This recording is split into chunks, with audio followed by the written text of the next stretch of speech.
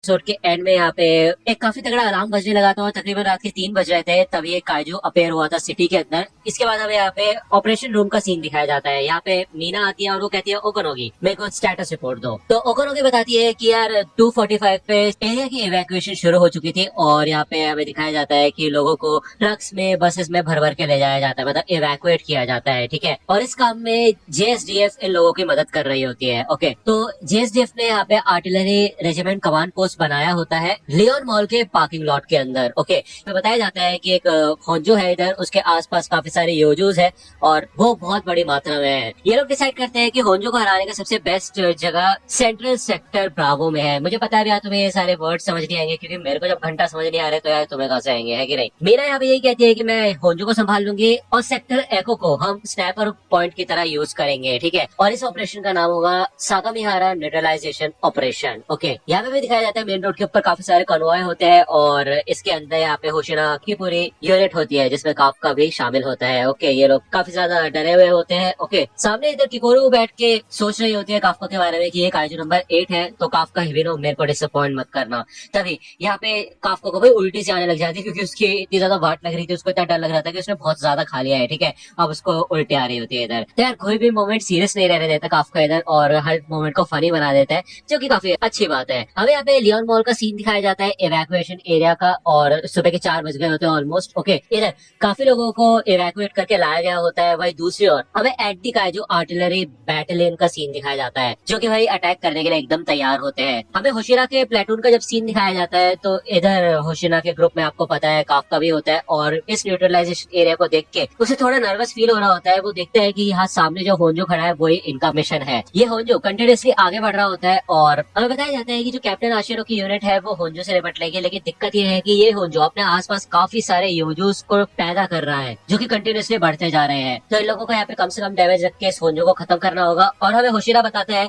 कि जो सारे टॉप मेंबर्स होंगे, जो टॉप डिफेंस ऑफिसर है, वो आगे रहेंगे और सबसे लास्ट में रखा जाएगा नए रिक्रूट्स को, क्योंकि ऑब्वियसली बात है यार ये अभी नए हैं और ये आगे चल के नहीं लड़ सकते। ओके, जिसके बाद ये सबके सब काफी ज्यादा मोटिवेटेड हो जाते हैं, चिल्लाते हैं। और दूसरी ओर हमें यहाँ पे जेएसडीएफ आर्टिलरी रेजिमेंट कमांड पोस्ट का सीन दिखाया जाता है। ये लोग इन्फॉर्म करते हैं कि सिविलियन इवैक्यूएशन कंप्लीट हो चुका है और अब ये लोग अपने मिशन पे आगे बढ़ सकते हैं। ओके, ओकोनोगी यहाँ पे ये मैसेज सबको ट्रांसफर कर देती है, जिसके बाद मीना यहाँ पे अपनी लोकेशन की तरफ जा रही होती है। इधर काफका ये कहता है कि मेरे को इस जॉब में अपने आप को साबित करके दिखाना होगा, क्योंकि आपको याद होगा होशिना ने कहा था कि अगर ऐसा ही चलता रहा तो काफका को 3 महीने के अंदर फायर कर दिया जाएगा। तो ये बात तो काफका को पता होती है कि उसको इससे अच्छा मौका नहीं मिलेगा। ये बात वो इचिकावा से कर रहा होता है कि उसको हर तरीके का प्रेशर फील हो रहा है इस समय, लेकिन किसी वजह से वो एक्साइटेड भी है। तो इचिकावा को मन में पता होता है कि यार ये जॉब हमेशा से काफका चाहता था, इस वजह से उसका एक्साइटेड होना तो बनता ही है। तो यही कहता है कि हम अपने पहले मिशन को एकदम सक्सेस बनाएंगे बड़ा सा। यहाँ पे हमें सेक्टर एको में योजुस दिखाई देते हैं, जिसके बाद ये लोग तैयार हो जाते हैं लड़ने के लिए और कूद जाते हैं इस बिल्डिंग से। लेकिन भाई दूसरी ओर भाई काफका तो कूद नहीं पाता, वो तो धीरे धीरे उतर के आता है इस बिल्डिंग से। वही दूसरी ओर हमें मीना का सीन दिखाया जाता है जो कि अपने स्नाइपर पॉइंट पे पहुंच चुकी होती है ऑलमोस्ट। और अब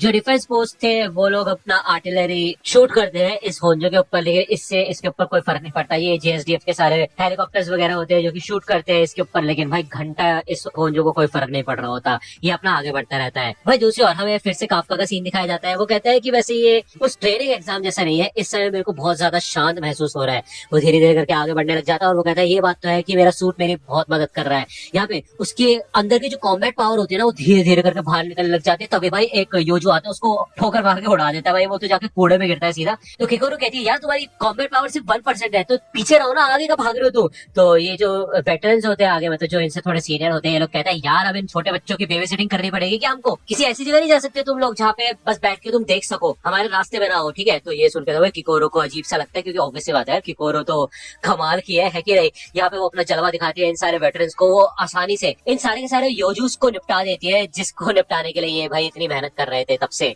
ओके, हमारी किकोरू भी काफी कमाल की है, वो कोई मजाक नहीं है। ठीक है ना, ये वेटरन्स देख के शौक हो जाते हैं कि एक रूकी के अंदर इतनी कमाल की पावर कैसे आ सकती है। तो काफका यहाँ पे पीछे से कहता है नाइस वर्क किकोरू।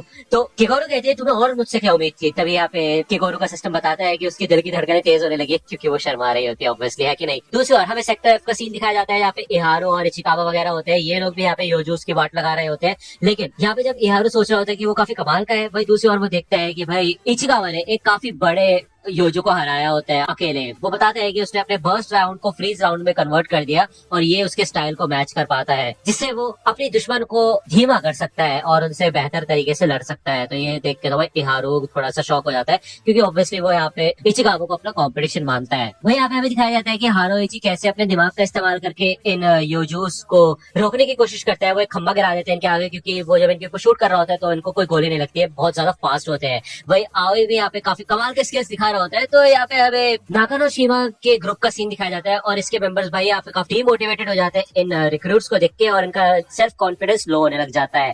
ठीक है, तो वो बताती है कि उसे होशिना ने बताया था कि काफी नए लोग आए हैं और ये लोग पिछले बैचेस से सबसे ज्यादा बेस्ट है, यहाँ तक कि इनकी जो एवरेज अनलीश कॉम्बैट पावर है वो इतने सालों में सबसे ज्यादा देखी गई है। यहाँ पे कंटिन्यूस रिपोर्ट सारी होती है कि योजोस को खत्म किया जा रहा होता है और काफका ये सारी रिपोर्ट्स देख रहा होता है। वो यहाँ पे रियलाइज करता है कि कैसे वो यहाँ पे कुछ भी नहीं कर पा रहा, बाकी सब लोग जब कितनी मदद कर रहे हैं। ओके, तब यहाँ पे काफका को पहले वाला सीन याद आता है जब वो वेटरन ने कहा था कि तुम पीछे बैठ के देख नहीं सकते क्या जब तक हमें दुश्मन के कमजोर हिस्सों का पता न चल जाए। तो यार ये वाली बात मैंने तुम्हें नहीं बताई थी, अब बता दी। ओके, तो कमजोर हिस्सों की जहां तक बात आती है तो काफका ने भाई काफी सारे काइजूस की डेड बॉडीज को देखा है, तो वो आसानी से वीक पॉइंट्स का पता लगा सकता है। तो अब वो ये सोचता है कि जो उसके असली हथियार है उसे उससे ही लड़ना चाहिए, यानी कि उसकी जो नॉलेज है काइजू के बारे में।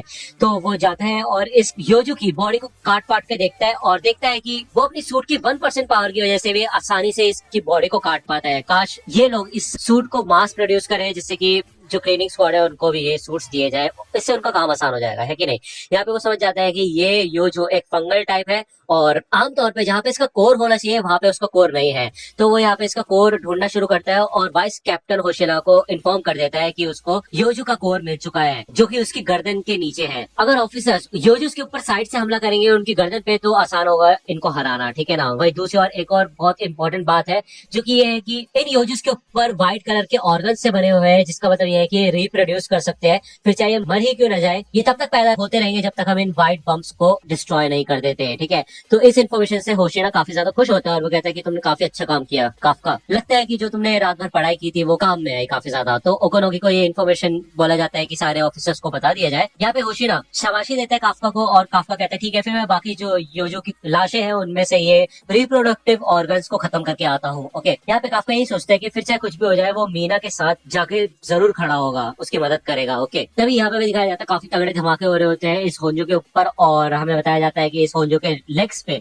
ये सारे डिफेंस फोर्सेस अटैक करेंगे। ओके, यहाँ पे मीना तैयार हो चुकी होती है, भाई उसके हाथ में इतना खतरनाक वेपन होता है, उसने टारगेट लॉक कर लिया होता है होंजो के ऊपर। और भाई हमें दिखाया जाता है कि जो मीना की अनलीश कॉम्बैट पावर होती है वो 96% होती है एंड वो परमिशन मांगती है अटैक करने के लिए। ठीक है, वो याद करती है कि काफका ने बचपन में उससे कहा था कि देखते हैं सबसे कूलेस्ट डिफेंस ऑफिसर कौन बनेगा, और इस समय तो सच बताओ तो भाई मीना ही कूलेस्ट लग रही होती है। वो देखती है साइड में काफका खड़ा होकर देख रहा होता है और वो कहती है कि देखो काफका इस समय ऐसी हूँ मैं।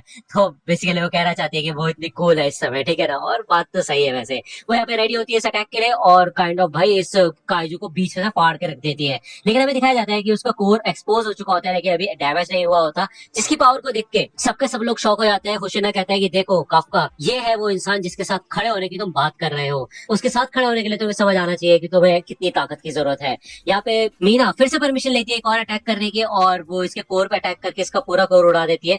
अभी भी उसकी थोड़ी बहुत बॉडी बची होती है जो कि नीचे गिर जाती है, लेकिन फिर से यहाँ पे परमिशन मांगती है मीना अटैक करने के लिए थर्ड राउंड के लिए। ओके, उसको परमिशन दे दी जाती है, वो फिर से इस बॉडी की ऐसी तैसी करके रख देती है। वो फिर से फोर्थ ऑर्डर मांगती है भाई, जिसको देख के सभी शॉक हो जाता है। बोलते हैं कि भाई वो तो खत्म हो चुका है ना होंजो, तो क्या मतलब है उसके ऊपर फिर से अटैक करने का। तो मीना कहती है बस ऑर्डर दो मुझे, तो उसको रॉजर बोल दिया जाता है, जिसके बाद वो इस बचे हुए हिस्से की वाट लगा देती है। इसको देख के काफका काफी ज्यादा इंप्रेस हो जाता है और साइड में से होशिना आता है। वो कहता है देख रहे हो ना तुम उसकी ताकत, वो कितनी ज्यादा ताकतवर है, अगर उसके साथ खड़ा होना है तो तुम्हें काफी ज्यादा ताकतवर होना होगा। तो काफका कहता है कि और वाइस कैप्टन होशिना आप कर सकते हो ऐसा कुछ। तो होशिना कहता है ना ऐसा तो हो ही नहीं सकता। तो काफका कहते क्या हो ही नहीं सकता। होशिना बताता है कि लॉन्ग रेंज अटैक के अंदर उसके जो अनलीश कॉम्बैट पावर है वो इतना ज्यादा काम नहीं कर पाती। मैं ऐसे बड़े बड़े मॉन्स्टर्स को खत्म नहीं कर सकता, लेकिन अगर बात हो छोटे मॉन्स्टर्स की या फिर मीडियम साइज मॉन्स्टर की, तभी हमें पीछे से एक योजो आता है बड़ा सा। इससे पहले कि काफका कुछ कर पाए तभी भाई पलक झपकते होशिना उसको अपनी कटाना से काट के रख देता है, मतलब 1 सेकंड भी नहीं लगता उसको और उसके टुकड़े टुकड़े हो जाते हैं। होशिना कहता है कि हाँ तो इस मामले में मैं बेटर हूँ जब बात हो क्लोज क्लोज रेंज अटैक की। तो आपको देख भी नहीं पाता कि ये सब हुआ क्या, और होशिना बताता है कि उसकी फैमिली काइजो हंटर्स के एक ऐसे क्लैन से है जो कि मोरोमाची पीरियड से लड़ते आ रहे हैं।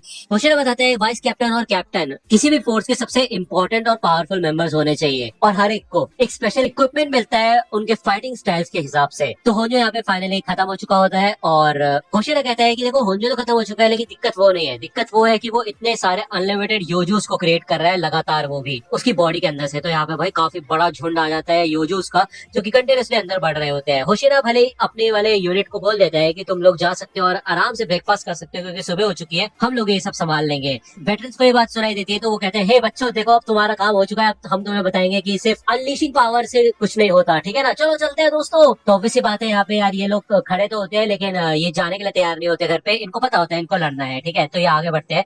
भले ही ओकोनोगी देखते हैं कि सारे के सारे जो नए रिक्रूट्स हैं वो थक चुके हैं, लेकिन होशिना यही कहता है कि ये एक काफी बड़ा न्यूट्रलाइजेशन था उनके फर्स्ट मिशन के हिसाब से, अगर वो इस लेवल को पार कर लेते हैं ना तो भाई वो अलग ही लेवल पे पहुंच जाएंगे। इसी समय ज्यादातर ऑफिसर्स अपना करियर खत्म कर लेते हैं, ज्यादा से ज्यादा 20 से 30% की पावर को अनलीश करके, लेकिन सिर्फ कुछ ही होते हैं ऐसे जो कि आगे चल के कैप्टन बन सकते हैं। उनमें से एक मुझे ऐसे लगते हैं कि कोरो शिनोमिया हो सकती है, और दूसरा हो सकता है रेनो इचिकावा। इहारो कहता है कि भाई मैंने 5 साल बिताए टेक्निकल कॉलेज ट्रेनिंग में हर दिन, लेकिन उसके बाद भी मैं इस बंदे की बराबरी क्यों नहीं कर पा रहा। तो भाई इचिकावा सच में काफी कमाल को आता है। ये लोग आगे बढ़ते हैं फ्रंट लाइंस पे लड़ने के लिए, ठीक है। जब ये लोग यहाँ पे पहुंचते हैं तो देखते हैं कि इधर एक योजो होते हैं, उसके पास एक क्लीन स्क्वाड का बंदा बैठा होता है।